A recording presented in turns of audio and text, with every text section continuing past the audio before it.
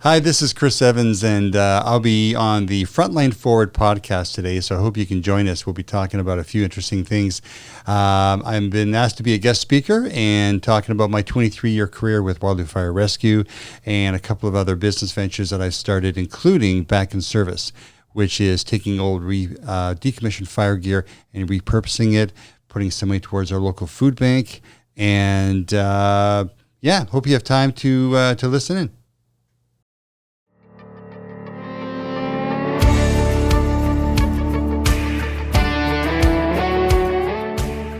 Good morning, good afternoon, good evening, whatever time of the day it is for you. If you're just getting up out of bed, if you're just going to bed, welcome to the Frontline Forward podcast. I'm here with my my good friend, my sidekick. I don't know what I'm going to call him. I got to come up with a funky name for him, but Mr. Ron Sonoda. Good morning. Autumn greetings, bro. There we go. And Max the Wonder Dog. Brittany is here, our website, and she just keeps she's the glue. She keeps this all together. And we're here with the Compass 9 group, and we just want to say welcome. Thank you for tuning in. Hopefully we can entertain you for the next little bit. I'm sure we can with the guests that we have this morning. Let's start out by saying welcome to Mr. Chris Evans. Good morning, everybody. How are you? Terrific. You look terrific. Well, I mean... you got to dress for success, like you said. Yeah, you come in here with a jacket. Here I am sitting in a T-shirt and shorts. I'm definitely feeling a little bit overdressed now, but that's okay. It's all good. It's wonderful to have you here, Chris. You've got just about 1 million frickin' things on the go. I do. And we're going to touch on them. Okay. But a couple of things that I just wanted to just point out at the top of the show here. Unfortunately, Ron and I lost one of our co-workers, Mr. Sean Risling, paramedic with Halt, Mississauga, when you and I were back there, when ambulances were first being invented. Yes. Way back then. Sean was there, and then transferred over to Halton Region, right? As an ACP. Right. Yeah, and Sean...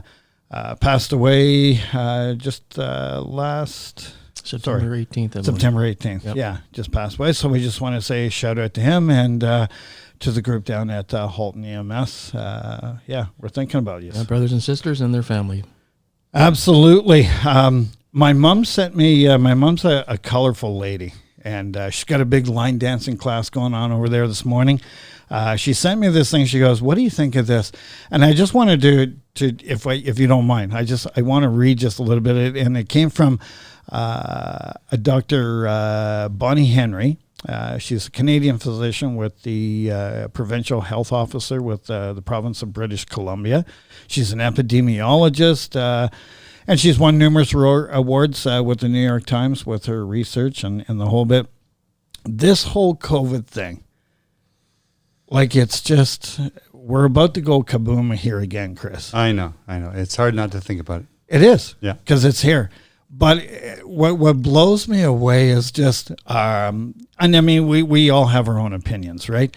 Are we prepared for it? Are we not prepared for it? What are we doing? And what Dr. Bonnie Henry does, she basically just said, okay, look, all you stupid people. This is what this really, because she takes all the big words, all the research, the science, and she goes, it's not that hard to figure out. Yeah. That we're in the midst of a pandemic. Things were going along. Now, we're doing our best with social distancing. We introduced social distancing. We introduced hand washing. Funny story with that, about 10 years ago in the air ambulance program when I was there, we had these training programs. I don't know whether you guys did this with the fire. You'll have to tell me. Oh, yeah. But we go in for this training program and we think we're going to be doing all this wild, wonderful stuff. And we go in and this very nice young lady's up at the front of the room and we're all in there and she goes, and we're wondering, oh my gosh, is she the new scientist? Is she the new trauma doctor, whatever? She goes, no, today's whole training program is on washing your hands. And we all sat there and went, are you fucking kidding me? Like, there's no way and we sat there and she goes, sing happy birthday to yourself while you're washing the hands and make sure you get in here and under here. That was 10 years ago. And here we are today. Wow. Crazy. Did Yeah, you guys yeah. have anything like that? Oh yeah. Yeah? You have to, it's almost like starting right from the beginning. You know, Yep. this is how you do it. But I mean, it's just making sure that all bases are covered. I think It you know? is absolutely. But anyways, just briefly, there's about 18 points. I won't read them all, but Dr. Henry Camilla says we may have to live with COVID-19 for months, if not years to come.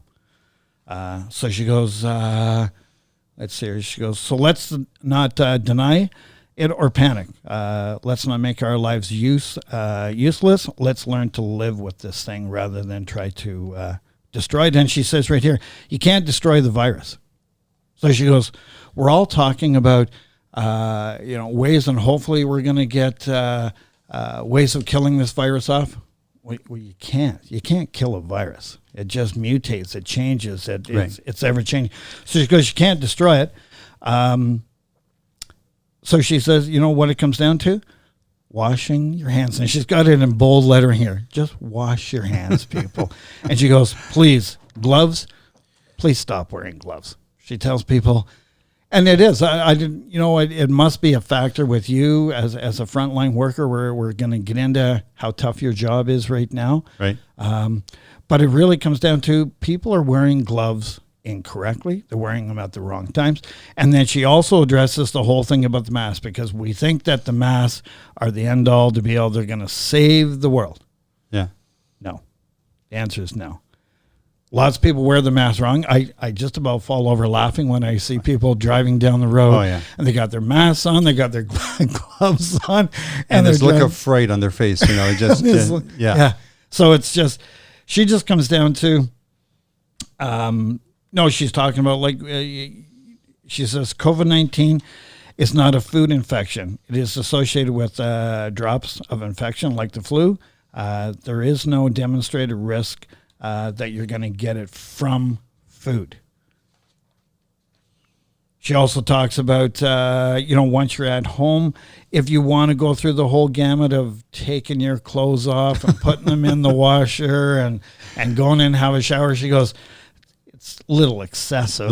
She goes, if you want to, go ahead. Basically, I encourage people to go online and take a look at this. It's Dr. Bonnie French, and it is Bonnie Henry, and it is an interesting read where she's basically just telling people, look, social distance when you can, stop wearing masks all the time, wash your hands, and let's just use a little bit of common sense. Right. But unfortunately, common sense, a lot of us don't have very much of. And that's where it's sitting. But it's an interesting read here. So I'll just encourage people to do that. All right, let's get down to the meat and potatoes.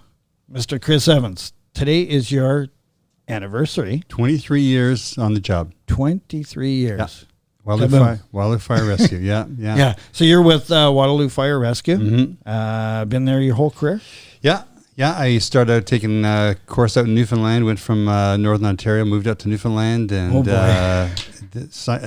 didn't have anything to do, so I signed up with the local volunteer fire hall, and they would have about 12 or 14 calls a year, mostly false alarms and chimney fires, stuff like that, right?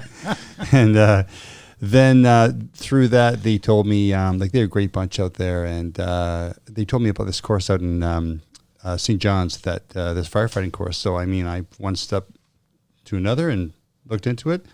And then got into the program. It was about 5 months long.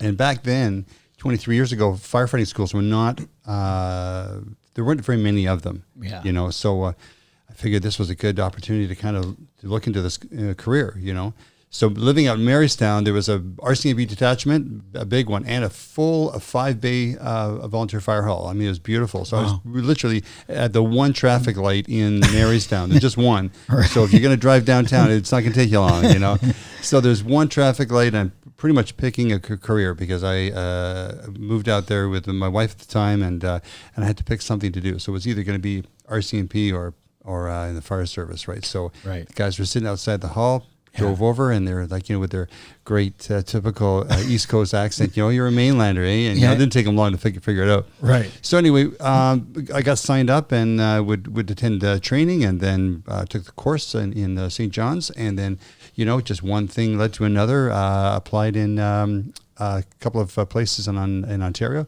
and here we are. Here we are. Yeah, I mean it's a lot harder now.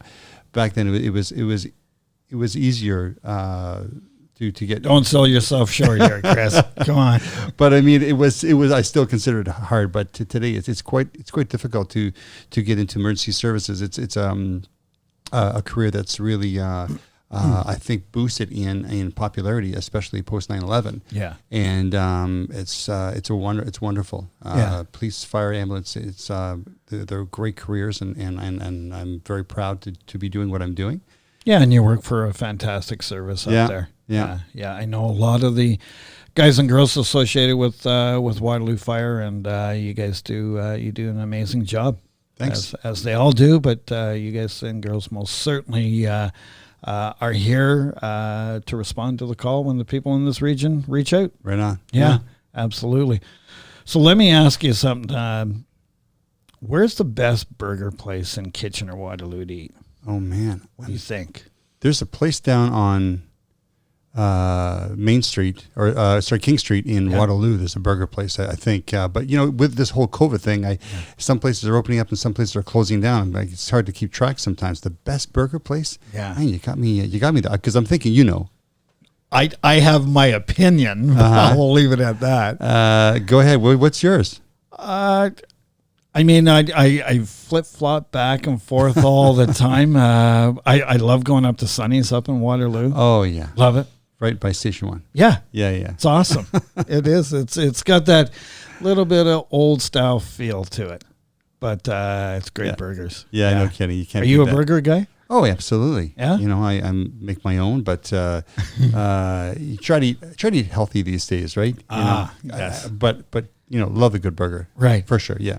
So, you're going to let us in on any secrets, like recipes that you do at the fire hall that you can reach out to the group? Well, I mean, I think a lot of the when I say a lot of the guys, I mean that's the guys and girls at the fire hall. They all have their, I think, specialty. Yeah. that they like to do, right? Yeah. Whether it's a dessert or it's a main meal. I mean, I'm kind of known for my wraps. Is that right? Yeah, and I make a pretty good chicken cordon bleu, I got to tell you. Oh, Yeah. really? Yeah. Oh, yeah. It's kind of a go-to one, yeah.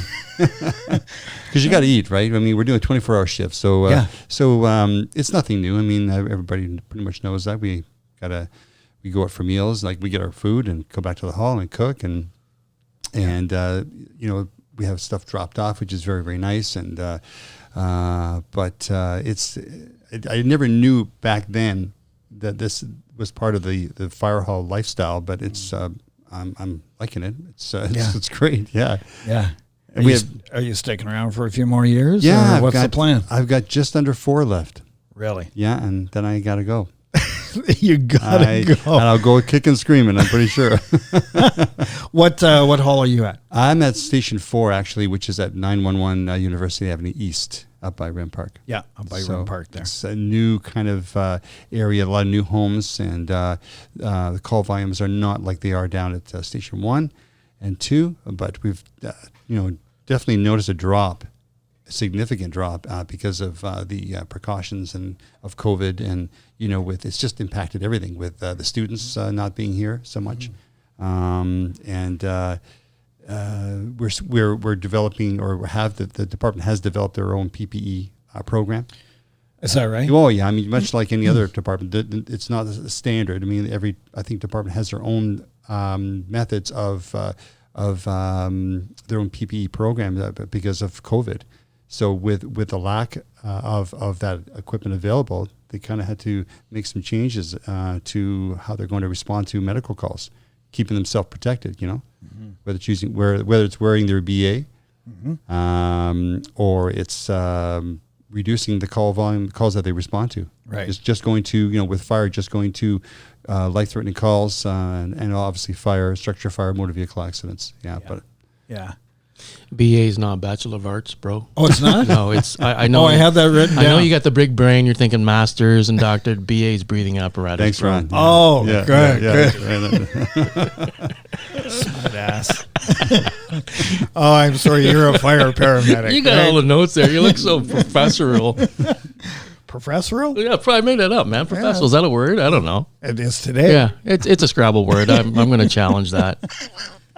Absolutely. Absolutely. So, well, we're going to have to try those wraps. Yeah, you know, we got to try this. they're something else, but they're never the same. No? No, you throw something else in there, I'll forget something. But I mean, at the end, they work pretty good. Yeah. Oh yeah. So, you obviously enjoy being a firefighter, Love being it. a first responder? Love it. How Yeah. come? Well, to say I like giving back to my community, I think that's a given with any a frontline worker. I enjoy the interacting with the general public. The medical component is very interesting for me. I didn't realize 23 years ago that it was, a big major part of being a firefighter is the medical calls that would go on and assist paramedics with. So why do I like it? Is there's it's just it's not a job for everybody, that's for sure. But I mean, we get to do some very interesting training with great equipment, and you're working with some amazing people. Like I said, interacting with the community. You name it. It's you get. It's just a fun career. I didn't know it was going to be as interesting as it was. Like I said, I had my focus on fire. That's all it was. But there's so much more to it than that. And getting involved in various committees and community organizations as well. Yeah. For myself, maybe you can speak to this, but people have been asking me lately, like I retired in 2017, and people say, do you miss the job? And I always knee-jerk, I want to say yes. But when I think about it for a second, the answer is no, I don't miss the job. I miss the people. Yeah. I miss because, and you can speak to this, they get to be your family. Yeah, that's true. There's such a close connection. Like in the air ambulance program, it was our captain, our first officer, and then the two medics in the back, and we really were a family. We talked about all kinds of shit in the middle of the night in the back of that aircraft, just like family does. But I mean, we really became close, and we looked at it as. It goes back to a little bit of militaristic term here, but we went out on a mission and we come back, and that's the way it was. And there's lots of times we do calls and then we come back to the hangar there, and we hang out and talk for hours and hours and hours about families, about whatever we're doing. So that's what I miss. I miss and I miss the training. Training was a lot of fun. It was fun to learn new things, new ways of doing things. Right. Yeah. I'm sure it's that way for you yeah, too. I'm having more fun now than ever, and I think because of those points that you just said. I mean, you over these years you develop these relationships with people that you work with, and you become more comfortable and knowledgeable of the work that you're doing. Right. I mean, I can almost remember the first medical call I went on to. Couldn't have been more nervous, but you're working with. People who have been on the job for longer, and then of course when you go to a medical call and the paramedics are there and they're obviously the hierarchy of medical personnel, and the stuff they have to know is unbelievable. So you learn. I learned a lot from them, actually, from watching them at calls on their patient demeanor, how they talk to them, and patient treatment, and a lot of things. I did pick up a lot of great. Tools, so to speak, over the years of watching the paramedics at a call. So, and Ronnie, you were one of the you're special in many ways, but you were one of the special paramedics in this province. You got to do that fire/paramedic thing. That, my personal opinion, I wish that's the way we would have gone a number of years ago when the swimmer report came out. Yep. Dr. Swimmer, do you remember that at all, Chris? I do. I have the copy of it still. So Dr. Swimmer, they were just looking at the whole 911 thing here in the province. And they're going, how can we streamline it? How can we make it better, stronger? And he did a year-long study on fire and on EMS. And basically in its most simplest, bastardized form, he came down and said, simply, you should amalgamate the two. Right. Should amalgamate the two. And cross-train. For those that want to cross-train, you should cross-train. And I was more than excited. But the bigger brains, the bigger people in this province, and I don't know whether it came from fire or EMS, I don't know here, or a combination of, but it got squashed. Mm-hmm. But you had the opportunity to do that, right? Yeah. Shout out to Ancaster Fire guys. Captain Jones was my captain. Yeah. In Ancaster, I was one of the 6 advanced care paramedics for paramedics being hired when Hamilton Region went from Fleetwood and Superior into Hamilton Region. Right. So I was one of the 6 that were hired, and the way they initiated it for Hamilton Region at first was starting with working with the fire department. So I went to Ancaster Fire Hall. Captain Jones was my captain. He was a very approachable, humble man, and he just said, look, you guys are the medical authority on calls, medical and trauma, and I'll take a direction from you. He said, but my job is to keep you guys safe, my team safe. So we really, I learned right from the get-go the teamwork that's involved. So when it came to training the volunteers, he said, okay, everybody just, put your helmets off. And I helped out with the health and safety and the training of first aid and medical stuff. And it was kind of cool because the first impression I got things were different was the mayor of Ancaster gave me the mayoral pin. Yes. Welcome to Ancaster Fire.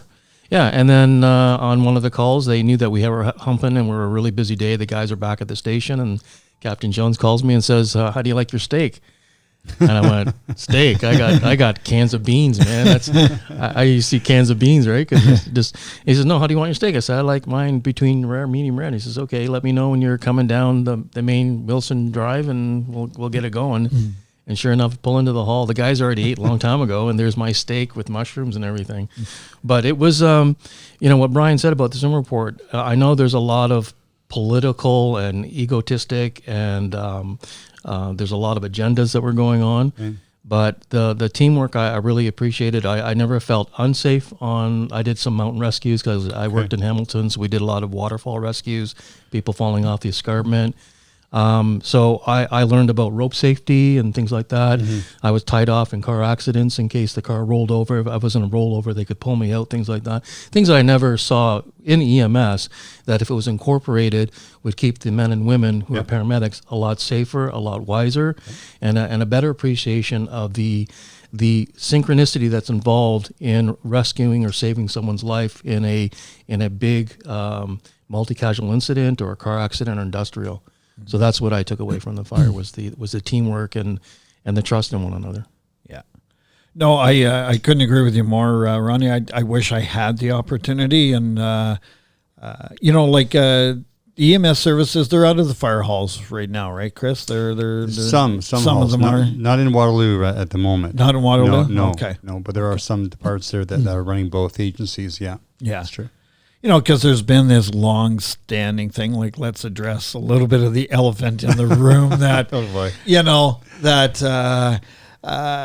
EMS and fire didn't get along with certain stuff. I mean, you're going to have those firefighters and you're going to have those paramedics, those police officers that are just going to be those people. But I mean, for the most part, no, we all get along quite well. Yeah. I think it's just like any other workplace. I mean, you have just different personalities. Exactly. But at the end of the day, we're trying to do the same thing. Absolutely. Yeah. So you enjoy being a firefighter. You got 4 more years. Yeah, it's going to go by fast, I'm telling you. It is. It's going to go by super fast. I was told that 15 years ago, and we got 4 left. Yeah. At least you have the luxury. Brian's career ended in 2017, 2016. Mine ended in 2011, and it was like Brian's a Toronto Maple Leaf fans, unfortunately, but yes, I am. But I said to Brian, you know what it was like? It was like as if Brian was heavily involved in hockey and at a very high level. it was like sitting on the bench for the Toronto Maple Leafs, and you finally made the first line. You're on the penalty kill. Yeah. You got the big contract, and all of a sudden, someone taps you on the shoulder and says, "Get off the bench." And you get off the bench. You walk down the hallway, and there's your kit bag. Go through that door. You go through the door, and the door shuts. And that's what it was like for Brian and I. It was that abrupt. You have the luxury of 4 years right now to really embrace the time that you've had and to impart your wisdom and your knowledge and your experience and to empower a lot of people. Wow. A lot of the young men and women who are coming up who are thinking, I don't know if I want to be in policing or paramedicine or a firefighter. And you have that opportunity because of all the things you're involved in to impart that type of wisdom. So you have that luxury, bro. Yeah, that's interesting to put it that way. I have some really good friends that are involved in all three, agencies. And so it's just fire's not for everybody, or paramedicine or police. I mean, it's all about the individuals. So it is. Whatever I know that from my friends and myself, personal experiences to say, well, this is actually what we do and what we don't do. Right. And this is what I know of police work. And because my old man was a cop, right? And friends. And so whatever I can kind of tell them about what I know to help make their decision. Yeah, terrific. Yeah. So if somebody came forward to you and said, I'm thinking about being a firefighter, you'd say, oh, yeah. Absolutely. Oh, yeah. Go. Yeah. For me personally. Yeah. Run for it. Run. No, that's cool. But the thing is that it's, I want to tell them really, what we do, because it's not go all the time. No. Right? There's a lot of downtime, which is maybe not appealing to some people. Right. Whereas from my knowledge with paramedics, they're just going constantly. Yeah, here in the region, our EMS service is taxed 100%. They're pretty much a go for their entire shift. Yeah, they do have some downtime, but it's not very often now. No. So, I mean, we're no different than anywhere else right now. We're a little bit understaffed, undermanned. We could use some more vehicles on the road. But we're getting there. The executive are working on that. That's at that level. Right. That's outside of our pay grade. That's right. Yeah. We don't have access to that. Have you ever fought a big fire, Chris? Oh, yeah. I mean, this with the fire protection services in each city, the big fires are not as common, right? I mean, there was more when I first got hired. Yeah. I know, and so of course now that I'm at a small like a substation, it's not as busy. And again, the area is fairly new, so your homes are provided with up to date, smoke detectors and fire alarm systems, so that there's not as many as there used to be. Mm-hmm. No, but when I first started, there was some I don't want to say some good ones. I mean, I'm not saying that there were some quite active working structure fires for sure. Yeah. Yeah. What's it like to be inside of a burning building? Well, can you describe it? Or is it when you put the gear on, when you and it really kind of it's a different world, because you kind of feel enclosed a little bit because you've got this mask on. You're breathing. The BA. Yeah, there you go. Oh my God! Yeah. All right. You had an MA, man. Come on, give me a break. Yeah. But I mean, your adrenaline is running just like you would with I think any other type of call from different agencies. It's just you're there for a reason, and things are happening, and you want to make some changes. You want to do good. Yeah. So it's quite a bit of a rush, but you're going in with people, so you feel more comfortable, and you've got great equipment, and it's gonna go well, especially with the training you take. It's gonna go well. Can you think of a call where the medic's armor is their knowledge base, their preparatory training, the equipment that they use. Your armor was the gear, the bunker gear that you wore, your breathing apparatus, all that stuff. Was there ever a time when you were on a call, it's like, shit, this is not good enough, I'm in trouble? I got to say no. I mean, like, we are provided with top line gear. Every department is. Right. I mean, the days of going into calls with running in there with nothing. With the coat open and your hair flowing and the axe in your hand. Yeah. What's that movie with the Kurt? Backdraft? Oh, yeah. I mean, you watch that. It's Backdraft? Yeah. It's quite comical. Isn't that mandatory? So you watch that. It's not like that at all. No. So, I mean, it's changed so much over the years with health and safety and cancers and stuff like that. So we've got to, we're well looked after. So have you done a call and situation? Brian and I responded to calls where there was a firefighter down. Okay. And we had to respond because it was a medical or a trauma concern and rescuing. Were you involved in situations where you're focusing on a certain task? Because every firefighter that goes in a call, right? Yeah. You got the safety officer. What's your job? You know, Right. here's your breathing tank, and Right. this is on. You go in and you're focusing on a certain thing, and Yeah. all of a sudden you hear a firefighter down. Right. Yeah. Changes the whole. It does. Right? One call particularly that I wasn't there, but I think I was in the next day, and a buddy had from work, the crew went in, and they were working a working structure fire, a residential home, Yeah. and the floor gave way. Yeah. So he went through. So that changed from importance of a structure fire to a medical call immediately. He was hurt, but so then he gets looked after from the fire crew to bring him out, and paramedics looked after him. So that's the one that stands out in my mind. But nothing that I've responded to personally that I could comment on. But that's just that one call that I remember. So let's talk about your 10 other things that you got. I going know, on I here. know. Like you're freaking crazy, buddy. You just got it going on here. I just can't say no. I can't say no. So first aid and CPR, you got that going on. Yeah, I started that about 20 years ago. I was actually talking to a platoon chief yesterday, and we were talking about this very thing. He's saying, I still remember the day when I became part of the first aid committee at work, because I did that so I could feel much more comfortable in dealing with the medical calls that we're going to. So I said, you want to be part of the first aid committee? Yeah, sure. Why not? You said yes to everything. Yeah, I did. That was my problem. Yeah. And then, I think it was maybe a year later, my platoon chief came up and says, listen, my wife's dental office needs CPR training. Can you do this? I said, I don't know. I'm not sure. I'm not sure if I can get all the ducks in a row, but sure enough, because of the certification that I had, I was able to do that. And that was the beginning of, it's still ongoing. There's still the same.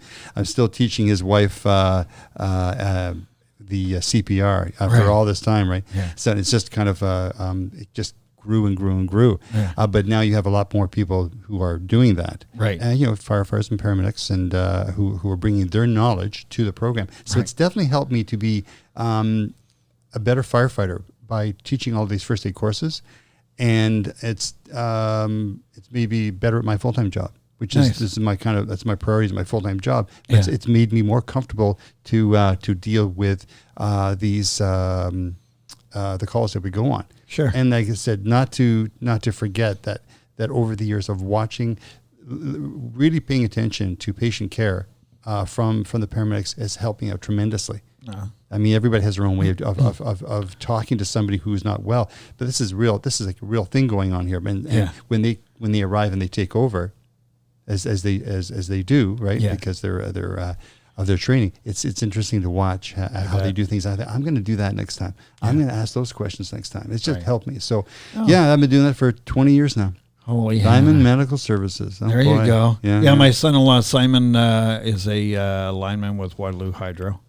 Oh, right. And he said, we get talking about this, and he goes, do you mean Chris Evans? And I go, yeah, that guy. He goes, I know that guy. He comes in and does all our training. Well, he's even connected with Cato and Center in the Square. That's right. You do all the safety work at Center in the Square. So speaking of that, because if you've ever been to the Center in the Square, they have some amazing auditorium to do the shows. So when we're doing the first aid training, I like to incorporate situations that would deal with a patient in the auditorium who's collapsed. So things that I would only have picked up from my full-time job, and things I would picked up from paramedics, watching them in terms of how to properly lift and move. Right. And get them out of there, and things to do and things not to do. So, we've done some interesting training at the Center of the Square. The next training you do at Center of the Square, I want to be a patient, and I want to be Cato's patient. I'm going to be the biggest pain in the ass. You mean it gets worse? Oh yeah. Yeah, exactly. So you got all that going on, full-time firefighting, and you're the lockbox. I know. That's just Well, it was an opportunity. That's cool. It got interesting. I had a buddy of mine at work, and we're doing some drywall together, and this guy is, you know, every workplace has one where there's this one person, guy or girl, that just like knows a lot of stuff, you know, where they're really handy with their hands and just knows a lot of stuff. And this is this one guy. He's retired now, but he says to me, you know, those lock boxes that we use to gain entry into buildings. He says, yeah, well, we should develop something for senior citizens and other at-risk groups, because there really isn't something out there that deals with that. And I said, that was the switch that went on. So we developed, I actually patented a product that gets installed in the cab. It's called a doghouse, or it can go anywhere in the truck. That is a really, really good key management system. So every city, every fire department has certain keys that open up various places in the city. Yeah. So this box, it's called Strong Box. It actually keeps all the keys secure. It makes it impossible to leave them at a scene, to throw them in your bunker gear. So it keeps them always accountable, right? Right. And then there's the other side of it where we're able to get into someone's home immediately. There's this misconception that if we respond to someone's home for a 911 call, if we can't get in, that we just kick the door in. But we don't do that. Right. I mean, there has to be a probable cause, right? So arriving there, and you can look inside and see somebody lying on the ground. This is my own take on this, by the way, right? You know, you look inside and see somebody there, or you arrive and see some smoke inside. You're going to go in hard, right? Right. But other than that, we do respond to a lot of calls, and I think paramedics and police do as well, where they're not quite sure what's going on. Right. So because the call was generated, and if the residential home has this lockbox that's, it's recessed right into the brick, you can't knock it off. It has a copy of the key inside. If the department is on board, they become a partner with Safe System. They have this special electronic key that just opens up the lockbox. They grab the key and they're in immediately. Nice. But this whole program has kind of taken on some other issues that we've been dealing with for the last year, or many years, specifically with paramedics, is dealing with medical information, getting that medical information from somebody that may not be able to speak for themselves, and the DNR as well, the do not resuscitate. So you ask some senior citizens about a DNR, and either they're not quite sure what it is, or they're not aware that they actually have to have, paramedics and fire have to have at least a copy, Ron? Right. Copy of the DNR in order to stop CPR efforts. So we've developed, part of this program is a simple cylinder, plastic tube that hangs from the fridge, and has all the medical information, contact information, and the DNR. And this is, we're not the first person to come up with this. I mean, I'm not trying to reinvent the wheel here, but we've just addressed some issues where we can get to this information quicker. There was an interesting program that started called Vial of Life, and I'm not quite sure. Ron, have you ever heard of that? Oh, yeah. Right? And great. I mean, it's a great program to help EMS or emergency services personnel obtain information. But I think it, was involved a pill bottle with some stuff written down on a piece of paper and thrown in the back of the freezer behind on the peas and the pork chops, right? But again, not discounting the program. It's great to have that. But now it's been changed, and I think some paramedic departments have developed their own pad that hangs from the fridge as well, which is great. We just took it to another level to address the DNR issue. Right. So, that's Safe Systems, secure and fast entry. Holy Hannah. I know. All right, so let's just move on to job number 10. And this is the one that's near and dear to us here at Frontline Forward. Okay.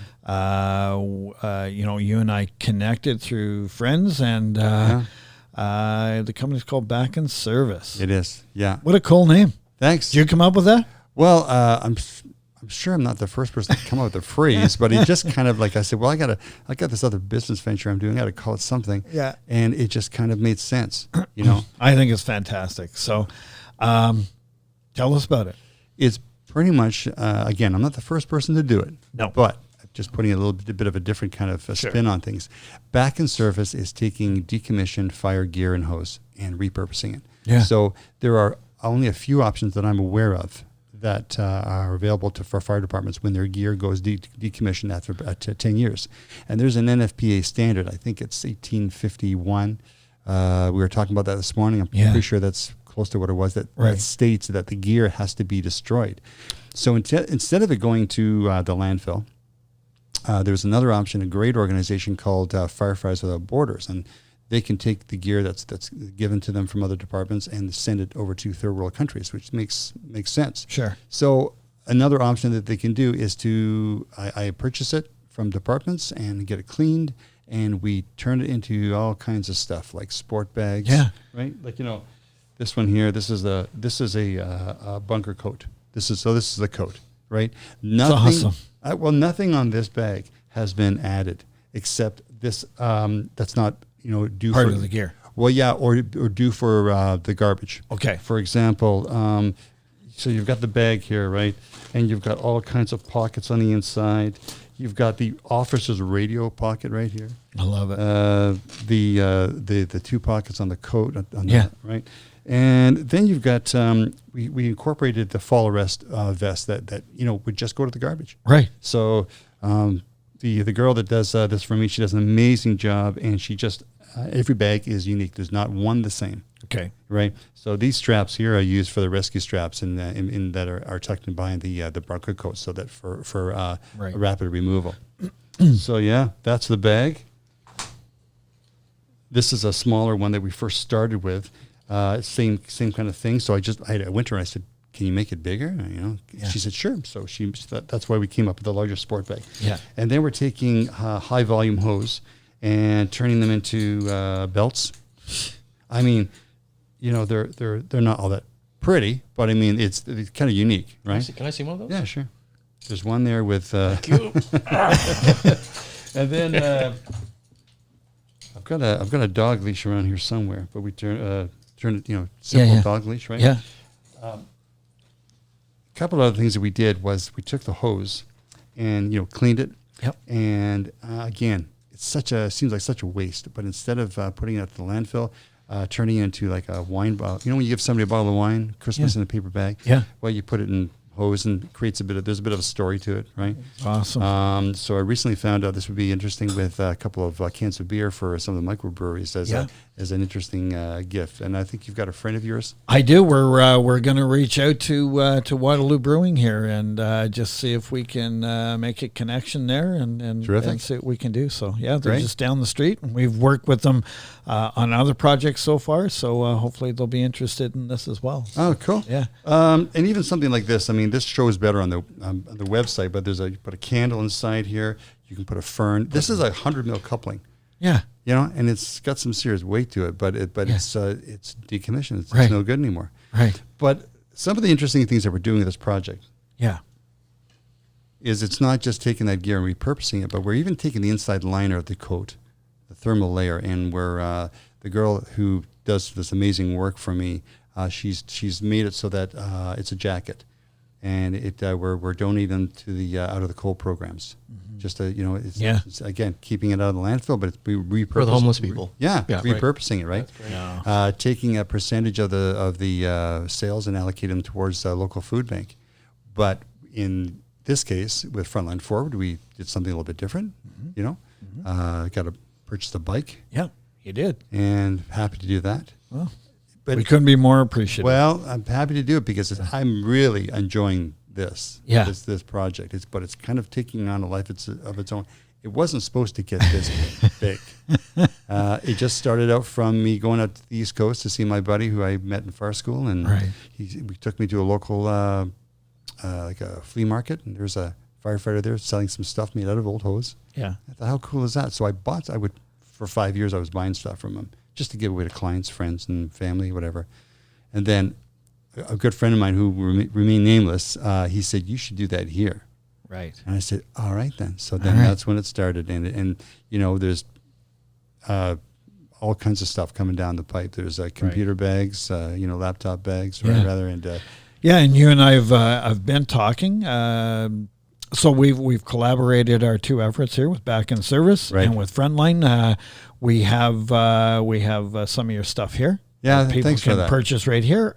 They can go on the website, on our website, and then they'll link them right over to you. Okay. Like what you and I were talking about this. Like when I retired from the air ambulance program, it's beautiful. I take nothing away from it. It's a big picture frame, and all the guys signed it and all that. Right.